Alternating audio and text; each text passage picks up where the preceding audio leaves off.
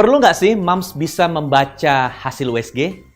Kita bahas di video berikut ini bersama saya, Dr. Dara dari Brawijaya Hospital Saharjo.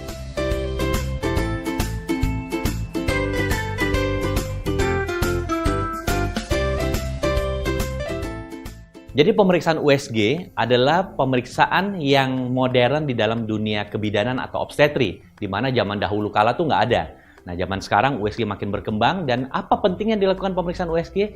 Dokter dapat mengikuti perkembangan janin di dalam rahim dengan lebih detail dan lebih seksama lagi.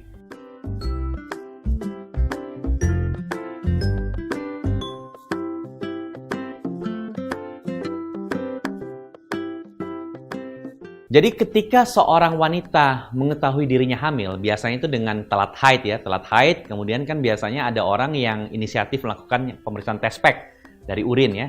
Kalau 2 garis biasanya dia langsung ke dokter. Itu pentingnya dia melakukan pemeriksaan ke dokter. Kenapa? Untuk dokter memastikan apakah kehamilan tersebut sudah terlihat belum di dalam rahim. Karena kan memang ada kondisi tertentu di hamil-hamil awal itu test pack positif, tapi kantong kehamilan atau kehamilan tersebut tidak terlihat di dalam rahim. Jangan-jangan itu hamil di luar kandungan. Makanya penting melakukan pemeriksaan USG ketika seorang wanita mengetahui dia sudah telat haid dan test pack-nya positif.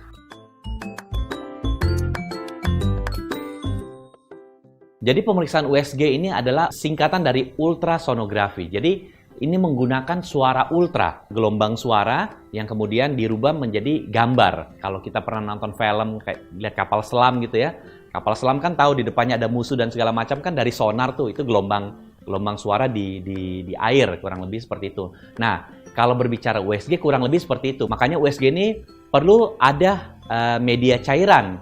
Dalam hal ini mungkin air ketuban atau urin si ibu untuk mendapatkan gambar di dalamnya. Jadi intinya ini bukan sinar. Ini bukan sinar X seperti ronsen. Kadang-kadang buat orang awam, yang namanya pemeriksaan ditempelin di perut, itu semua disamaratakan. Dianggap ini kayak pemeriksaan yang berbahaya ya, contohnya yang ada radiasi lah dan segala macam. Nah, untuk USG tidak seperti itu. Jadi USG ini merupakan pemeriksaan yang aman untuk orang hamil, aman buat dirinya, dan juga untuk janin di dalam kandungannya.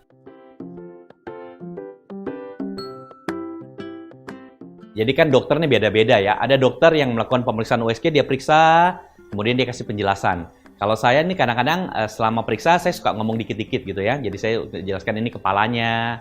Di kepalanya nih kita ukur diameter kepalanya. Kemudian kita turun, ini jantungnya yang gerak-gerak. Kita hitung frekuensinya. Turun lagi ke bawah, kita ukur lingkar perutnya. Turun lagi ke bawah, kita ukur panjang tulang pahanya. Dari sini di rata-rata kurang lebih keluarlah hasil dari pemeriksaan kita. Biasanya kan USG ini umumnya kan kita print ya, kemudian ada hasil printnya kita kasih ke pasien. Selesai melakukan pemeriksaan USG, kadang-kadang kan ada tanya jawab singkat. Di situ suka dijelaskan bahwa ini kepala yang diukur diameternya, ini perut yang diukur lingkar perutnya, yang panjang ini ada tulang paha diukur panjangnya.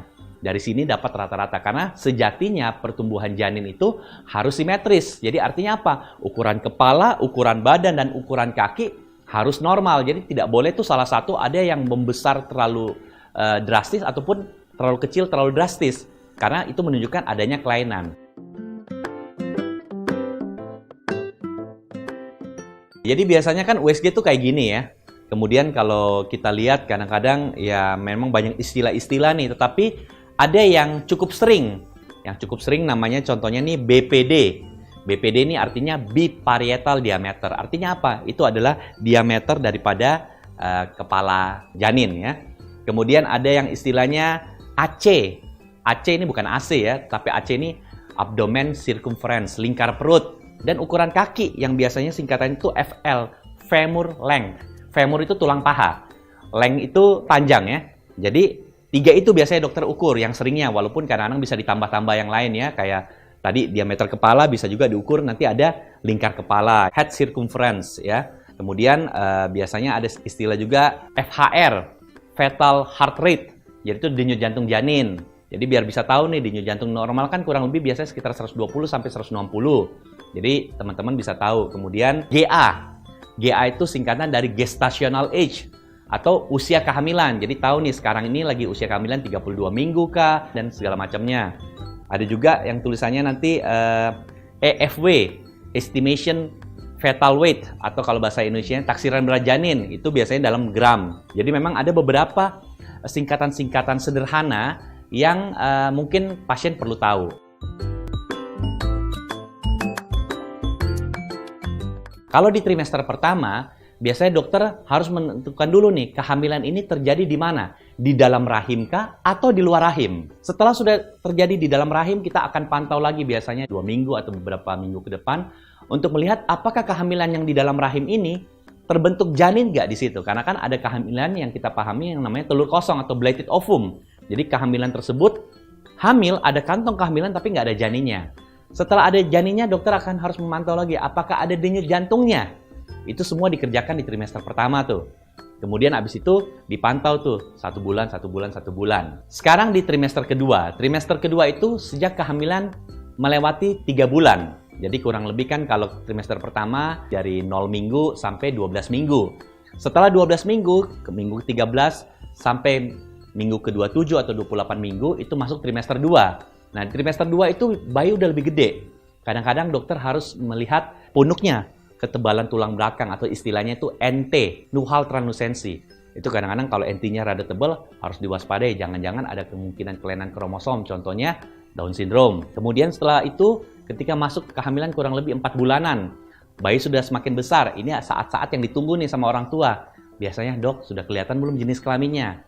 Pada saat kehamilan mulai 4 bulan atau lebih, untuk melihat jenis kelamin itu menjadi sedikit lebih mudah. Tetapi harus ingat ya, ini tergantung posisi juga. Kalau bayinya menyamping, kalau umpamanya di selangkangan bayi ini ketutup sama tali pusar, ya tentunya itu salah satu halangan untuk dapat melihat jenis kelamin bayi. Tetapi jenis kelamin bayi ini tenang aja. Kalau saat kalian periksa di kehamilan 4 bulan belum terlihat, kita tunggu biasa di agak gedean dikit pada saat 5 bulan. Biasanya itu akan lebih jelas lagi. Pada saat di trimester kedua ini juga perlu diperhatikan letak plasenta. Kira-kira dia akan cenderung normal atau dia cenderung ke bawah. Kalau dia cenderung ke bawah, kita harus hati-hati. Jangan-jangan nanti plasenta tersebut menutupi jalan lahir atau istilahnya placenta previa dan dapat berisiko menyebabkan perdarahan. Di trimester kedua juga, kurang lebih pada saat kehamilan 6 bulan, saat-saat ini penting juga kita melakukan yang namanya USG detail scan, atau kalau orang-orang awam sering mendengar yang namanya USG fetomaternal.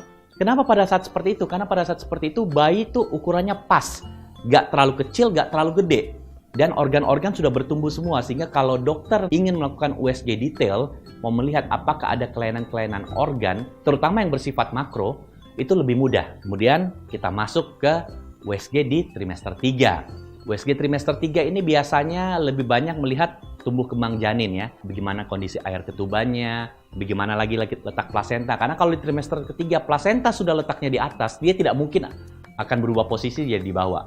Kemudian gimana denyut jantung janin, bagaimana perkembangan biometri janinnya, ukuran kepala, badan, dan kaki apakah simetris. Kalau dia simetris, biasanya taksiran berat janinnya pun normal. Nah, kemudian biasanya ketika trimester 3 sudah di ujung, dokter bisa melihat tuh apakah ini bayi sudah masuk ke rongga panggul atau belum, bagaimana kondisi air ketubannya, apakah masih jernih atau sudah keruh, bagaimana kondisi plasentanya, apakah baik atau banyak perkapuran, dan semacam itu. Jadi itulah pentingnya kita melakukan USG per trimester. Dan pemeriksaan USG ini bisa saja dilakukan sebulan sekali atau bahkan ketika menjelang persalinan menjadi lebih sering. Bisa kadang-kadang menjadi 2 minggu sekali atau bahkan kasus-kasus tertentu sudah dilakukan harus lebih sering lagi. Contohnya dilakukan seminggu sekali.